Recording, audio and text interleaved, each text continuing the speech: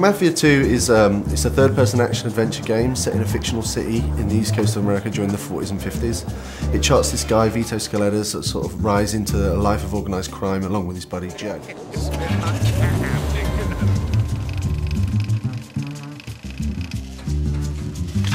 What is it that you want? I want to know why you had our friend killed.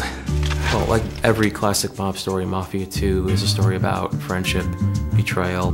The guys who you think are the bad guys might not really be the bad guys.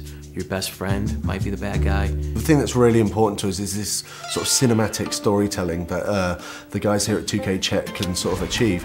Something we're really proud of, something we've invested so much time and effort into making sure it's perfect. We want to present the whole game in a Hollywood film-like style, and visually it looks amazing, but it's the story that's the most important thing for us. It starts off with, it's just about Vito, and then the first guy you meet is Joe. He's Vito's best friend, and then you'll meet Vito's mother and sister right away. Vito, my boy. My boy's home. Vito's a nice guy. He has strong morals. He doesn't kill people because he wants to. He kills because he has to. He just wants to get a bit of money, a bit of respect, and a bit of power. Vito doesn't aspire to be the Don. Here's your 300 bananas. I'm taking my cut as the middleman. Next time, you're on your own. All right. Thanks, Joe. When I first got the first version of the script, one thing that really stuck out was that it was a buddy story. It wasn't just one guy on his own doing what he wants. Like I said, I know people.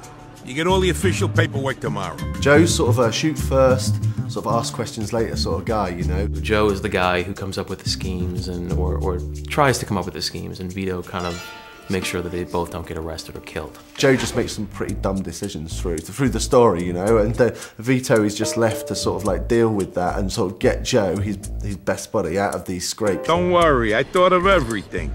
I got these phone company uniforms so we can pretend to be fixers something. Sounds a little too simple.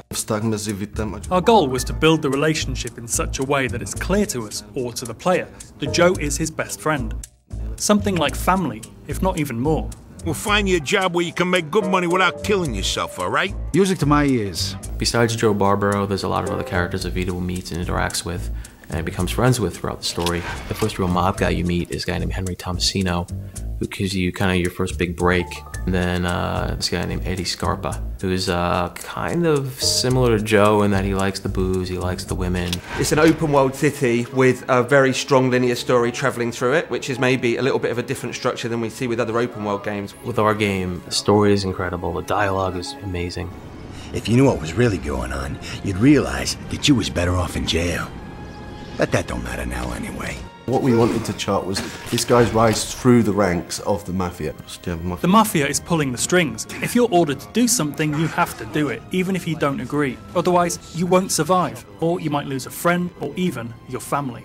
You're gonna do us all a favor, and if I refuse, you die. The life of a mobster isn't what it's all made out to be, you know. It's not all really glamorous, you know. It has some really bad things that happen to it, and we really explore that during the story. I think it's really interesting, and people are gonna really enjoy it. What'd you say your name was? Vito. I need someone to give him a little nudge. $10 a man. What if someone makes a fuss? Well, then you'll have to convince him otherwise.